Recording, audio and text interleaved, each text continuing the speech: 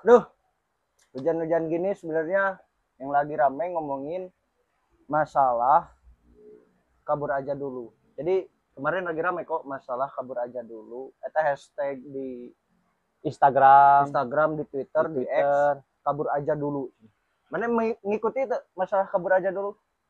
mengikuti dan sedikit sepakat sebenarnya dengan statement dan juga tagar yang sedang lagi rame kabur aja dulu. Karena memang per detik ini dirasa kalau mempertanyakan nasionalisme apa yang udah kita kasih ke negara, sebenarnya harus menjadi pertanyaan balik menurut orang mah bos.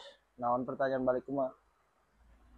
Kita sudah memberikan mandat, kita sudah memberikan suara, kita sudah memberikan amanah kepada wakil-wakil kita yang dipilih secara langsung, baik anggota legislatif maupun anggota tingkat kota, provinsi maupun RI, sampai tataran eksekutif, kepala daerah dan juga presiden, untuk mensejahterakan, untuk memberikan rasa adil.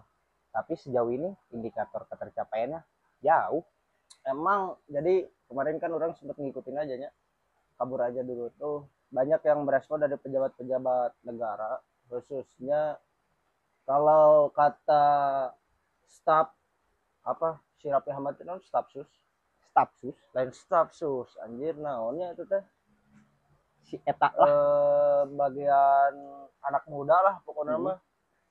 Jadi merespon itu dibalas dengan tagar bukan kabur aja dulu tapi Pergi sebagai imigran, pulang sebagai juragan. Juragan. Nah, orang balas tadi dia teh. wah, Dibalasnya kurang. Oh, berarti kalau mau jadi juragan nggak bisa di negeri sendiri. oh benar, Harus jadi make sense, imigran. make sense. Karena Ya, udah. sistem di Indonesia memang dipaksa untuk menekan angka kekayaan secara merata. Kalau tagarnya seperti itu, hashtagnya kayak gitu, ya berarti memang sampai sekarang nggak akan bisa jadi juragan di negara sendiri. Iya, berarti kan secara tidak langsung si Raffi Ahmad ini menganjurkan kita untuk kalau misalkan warga Mau hidup Indonesia sejahtera. mau hidup sejahtera dan atau mau jadi juragan bahasa istilahnya, berarti harus jadi imigran dulu, karena kalau misalkan di negeri sendiri nggak bisa jadi juragan. Nah, kira-kira kenapa tuh? Hah? Ya, dia juga berarti kan nggak tahu itu tuh dia keceplosan, nggak tahu kayak gimana kan, nggak tahu udah hasil briefing gitu kan, ternyata blunder juga misalkan kayak gitu, kan aneh gitu kan. Berarti kayaknya dia kan sekarang ada di lingkaran pemerintah ya. Walaupun dulunya itu seorang entertain yang sudah berkecimpung di dunia pemerintahan, tahu seluk-beluknya, mungkin itu curahan hatinya bos. Itu kejujuran Ya tapi yang dia lihat. tapi sih memang susah sistemnya. Tapi sih orang merasa emang bener. Jadi kalau misalkan mau jadi juragan itu harus jadi migran. Banyak teman-teman orang yang memang pergi ke luar negeri jadi imigran, misalkan entah jadi TKW, TKI, itu kan banyak yang diharapkan dari orang-orang masyarakat pedesaan ataupun orang-orang pelosok. Kalau misalkan mau kaya itu harus jadi TKW atau jadi TKI, pergi ke Arab misalkan, balik-balik jadi kaya. Nah kan kayak gitu, berarti sebenarnya nggak bisa kalau misalkan di Indonesia mau jadi kaya sebenarnya, kalau misalkan, karena konsep di Indonesia ya bukan yang miskin jadi kaya, tapi yang miskin makin miskin, yang kaya makin jadi kaya gitu kan. Sekarang aja pejabat negara apakah dilahirkan dari memang orang yang berkompeten tinggi dalam masalah ilmunya atau kompeten tinggi dalam masalah duitnya gitu. Rata-rata yang jadi pejabat negara uangnya tinggi semua gitu. Benar. Nggak ada uangnya yang rendah gitu. Yang tiba-tiba ini sosok yang kompeten tiba-tiba jadi, nggak ada, harus punya modal ataupun duit. Rata-rata kalau orang lihat di LHKPN kekayaan pejabat-pejabat negara tuh di atas 1 triliun atau ya berapa M lah, berapa M puluh, nggak ada yang di bawah 1 M gitu. Mahar politik tingkat kota kabupaten juga kehitung miliaran tuh. Karena ya benar tadi, kalau misalkan kompetensi wakil kita yang memang kita sounding untuk menjadi kepanjangan tangan kita, memperbaiki tatanan hidup agar lebih sejahtera, itu dirasa kurang elok lah ketika misalkan DPR atau beberapa kepala daerah itu bisa maju mencalonkan dengan standarisasi minimalnya SMA, sedangkan tenaga ahlinya wajib S2. Ya banyak sih. Ya emang kayak gitu. Tapi selain daripada kabur aja dulu, sekarang kan yang lagi ramai itu masalah efisiensi. Parah itu. Efisiensi, tapi efisiensi itu bahasa apa katanya? Pemangkasan, bahasa Orba. Bahasa Orba. Tapi yang sebenarnya bukan efisiensi, tapi Pemangkasan anggaran. Intinya kan itu. Nah, efek dari efisiensi ini kan banyak faktornya, terus pembangunan, pendidikan, khususnya di masalah pendidikan lah. Masalah pendidikan ini kan dikurangi untuk masalah anggarannya dari APBN. Untuk menunjang salah satunya kan memang ke program makan bergizi gratis dan dan antara itu investasi nasional. Nah, tapi pas orang lihat menurut Ustadz ya, Ustadz Abdul Somad. Mana ini? Ustadz Abdul Somad. Jadi kayak Ustadz Abdul Somad, tugas negara itu bukan tugas negara itu bukan tugas negara itu bukan ngasih makan anaknya, tapi tugas negara itu mengasihkan atau memberi lapangan pekerjaan kepada orang tuanya, sehingga orang tuanya bisa memberi makan yang bergizi kepada anaknya. Ini malah kebalik, jadi negara memberikan makanan bergizi pada anaknya, tapi orang tuanya nggak dikasih lapangan pekerjaan. Benar. Jadi kan ada yang terlewat dari sana. Tapi kalau misalkan tugas negara balik lagi kepada membuat lapangan pekerjaan kepada orang tuanya, kepada bapak si anaknya, otomatis negara nggak usah memberikan program makanan bergizi gratis karena orang tuanya sudah sejahtera, sudah secara ekonomi ataupun secara pendapatan dia sudah mampu untuk memberikan makanan bergizi gratis kepada anaknya. Benar. Jadi zaman Rasul juga ada kisah seorang pemuda itu datang minta uang ke Rasul, bos. Tapi yang Rasul kasih apa coba? Malah dikasih kampak sama Rasul. Terus? Kan kaget pemudanya. Kok saya dikasih kampak? Jangan sakiti saya, Rasulullah. Saya nggak memberikan kamu kampak untuk menyakitimu, tapi silahkan kamu bekerja cari kayu bakar. Nah, ketika itu yang diberikan oleh negara, berarti kan negara ini memberikan pancing, bukan memberikan ikan. Ya. Jadi mentalitas pengemis, mentalitas korupsi. Bukan diberikan barang jadi gitu, tapi barang mentah. Barang mentah silahkan diolah, karena kan manusia ini sebenarnya punya kapasitas dan juga punya kemampuan lebih untuk berinovasi dan berusaha. Ketika kemampuan itu dikikis, ya pasti bahaya latennya masyarakat Indonesia dan juga gaungan Indonesia Emas 2045 bakal sulit terjadi, bakal jadi bencana. Karena apa? Soft skill dan juga ketersediaan lapangan kerja serta kemandirian itu tidak dimiliki karena sudah biasa dicekoki, disuapi oleh pemerintah dengan hal-hal yang sifatnya kebutuhan pokok. Bukan menjaga kebutuhan pokok itu menjadi sebuah instrumen yang mana penunjang daripada inovasi tersebut. Maksudnya pemerintah ini harus bisa berpikir inovatif, bos. Berpikir inovatif.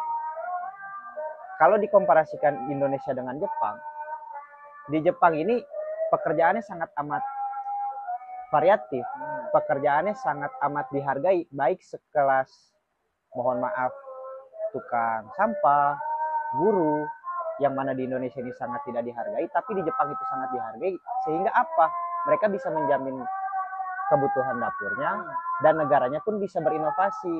Tukang sampahnya itu bisa menggunakan alat-alat yang canggih, guru-gurunya itu bisa memberikan kurikulum yang komprehensif untuk kemajuan bangsanya. Jadi hal-hal dasar tersebut yang kurang dipahami oleh pemerintah saat ini mungkin, sehingga kalau orang lihat bonus demografi dan juga Indonesia Emas 2045 kalau dibiarkan seperti ini terus menerus, tidak diberikan kesempatan untuk mengaktualisasikan apa yang dia punya, ilmunya, soft skillnya untuk pembangunan negara, ya bakal jadi bencana demografi nanti di 2045.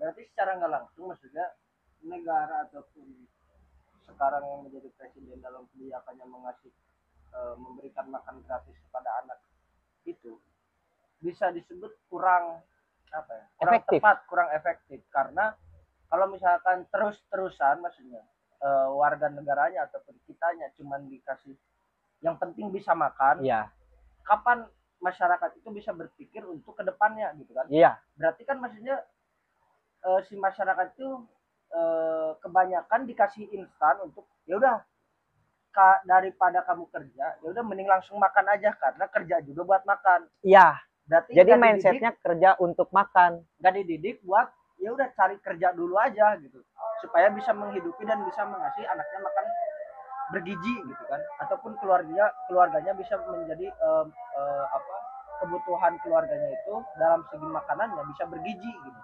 Tapi Indonesia menghadirkan yang instan ya udah langsung orang kasih makan bergizi gitu.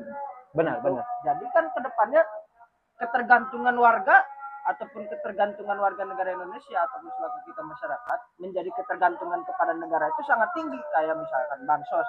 Apakah Iya. volume bansos ini semakin naik Iya. atau kan semakin menurun? Kalau misalkan semakin menaik bansos yang dikeluarkan oleh negara berarti kan ada PR dari negara. Kenapa bansos ini semakin naik gitu kan? Iya. Berarti apa yang kurang gitu kan? Yang harusnya berarti tingkat kesuksesan negara ini dalam mengentaskan kemiskinan berarti tolak ukurnya daripada minimalnya daripada bansos sendiri itu berkurang Iya. nilainya ataupun berkurang secara masyarakat yang menerima bansosnya. Iya, benar. Jadi benar tadi. Kalau misalkan kita sekarang sudah dicuci otak dengan kesejahteraan semu dalam bentuk makan gratis, berarti pemerintah menginginkan masyarakat Indonesia itu hidup untuk makan, bukan makan untuk hidup. Nah, karena ketika kita dinabokan dengan kebijakan seperti itu, yang pada akhirnya siapapun di Indonesia, masyarakat Indonesia sekarang, nggak ada yang tahu ke depannya kayak gimana. Kalau misalkan negara kolaps, Ya. kalau misalkan terjadi perang, itu kan ada salah satu kemungkinan yang harus dipertimbangkan. Sehingga ketika nanti negara sedang carut marut, masyarakat Indonesia yang tadinya sangat amat bergantung ke negara mau kayak gimana?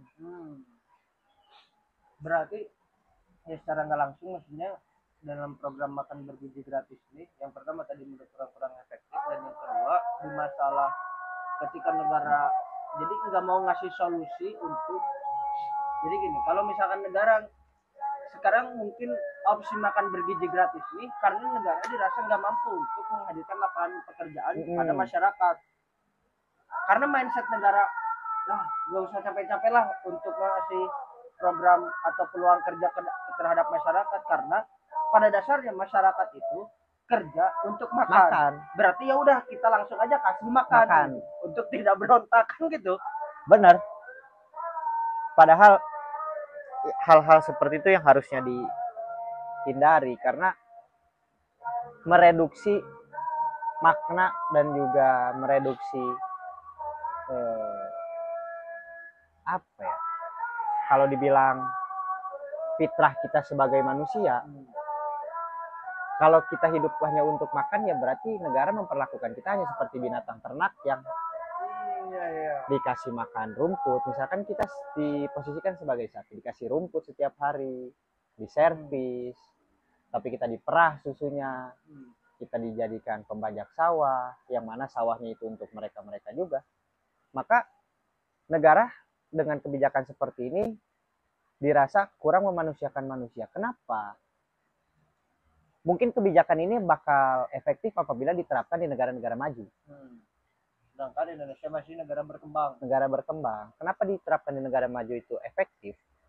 Karena tuntutan pekerjaan dan inovasi pembangunan kemajuan itu lebih berat daripada di Indonesia. Di Indonesia masih di tahap atau di taraf gimana caranya bertahan hidup, bukan memajukan kehidupan atau peradaban.